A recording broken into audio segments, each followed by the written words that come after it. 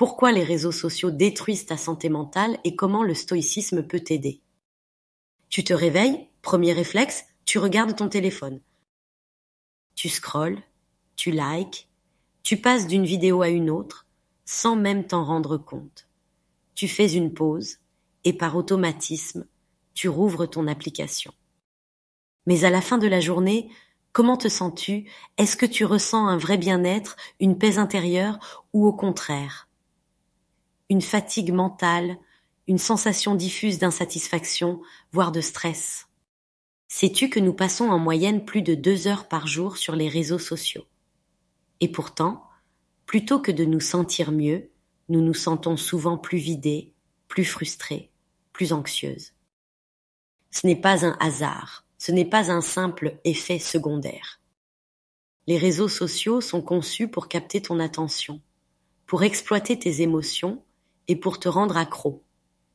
Et si tu n'en prends pas conscience, tu peux facilement perdre le contrôle de ta propre pensée, de ton bien-être mental. Dans cette vidéo, nous allons voir pourquoi les réseaux sociaux peuvent être néfastes pour ta santé mentale et comment le stoïcisme peut t'aider à en reprendre le contrôle. Mais avant tout, il faut que tu comprennes que les réseaux sociaux sont bien plus qu'un simple moyen de communication. Ce sont des machines à retenir ton attention. Chaque détail, chaque fonctionnalité est pensée pour te faire rester le plus longtemps possible. Les notifications, les likes, les commentaires, ils déclenchent un mécanisme biologique bien précis, la libération de dopamine, cette hormone du plaisir et de la récompense. Tu postes une photo, tu attends un like, tu ouvres une story, tu veux savoir qui l'a vue, tu reçois une notification et immédiatement tu ressens une petite montée d'excitation. Le problème, c'est que plus tu es exposé à ces micro-récompenses, plus ton cerveau en devient dépendant. Il commence à chercher sans cesse de nouvelles stimulations. Et quand il ne les trouve pas, il se sent vide, agité. C'est ainsi que les réseaux sociaux affectent ta concentration, ton calme intérieur et même ton estime de toi. Ils fragmentent ton attention en t'habituant à zapper constamment d'une chose à l'autre. Ils amplifient l'anxiété sociale en te poussant à comparer ta vie à une version idéalisée de celle des autres. Ils influencent tes émotions en te plongeant dans un flux constant d'opinions, de drames et d'actualités anxiogènes. Et pourtant, nous avons toujours le choix. Nous pouvons décider de ne plus être esclaves de ces mécanismes, de ne plus être ballottés par le flot incessant des informations et des notifications. C'est là que le stoïcisme devient un allié précieux. Le stoïcisme est une philosophie de maîtrise de soi, qui nous apprend à ne pas être contrôlés par nos émotions et nos impulsions. L'un des enseignements fondamentaux du stoïcisme, c'est que nous ne contrôlons pas le monde extérieur, mais nous contrôlons notre réaction à celui-ci. Les réseaux sociaux, nous ne pouvons pas les changer. Ils existeront toujours, avec leurs algorithmes, leurs tendances, leurs bruits. Mais nous pouvons changer notre rapport à eux. Premier principe stoïcien, apprendre à ne pas réagir émotionnellement à tout ce qu'on voit sur notre fil d'actualité. Les réseaux sociaux sont une tempête permanente d'émotions. En quelques secondes, tu peux passer d'une vidéo inspirante à une actualité anxiogène, d'un post motivant à une comparaison toxique.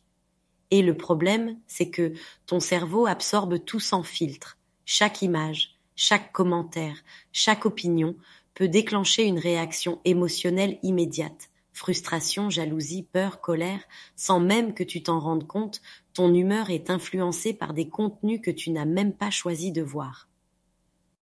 Ce que le stoïcisme peut nous enseigner dans ces situations, c'est que tu ne peux pas ou peux contrôler ce qui apparaît sur ton fil d'actualité, mais tu peux contrôler ta réaction à ce que tu vois.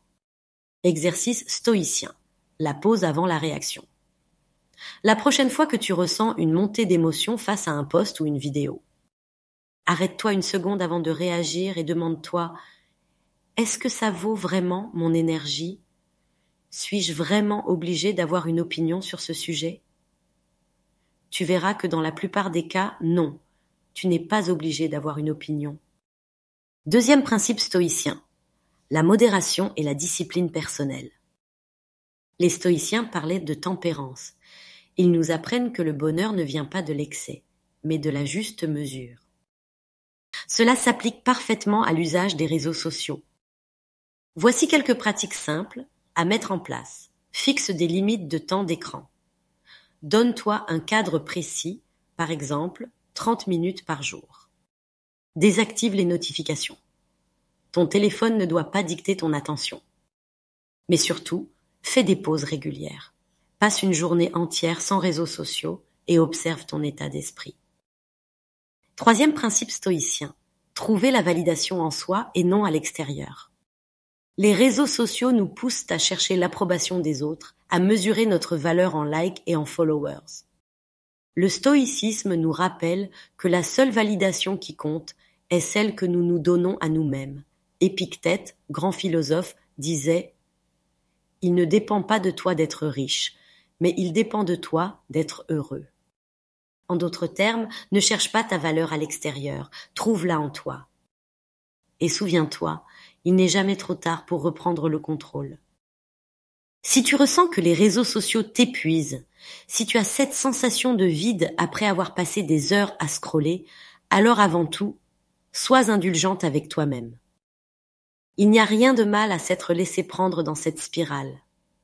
Nous sommes des millions à être tombés dans le piège, car ces plateformes ont été conçues pour ça. Mais si tu regardes cette vidéo aujourd'hui, c'est une excellente nouvelle.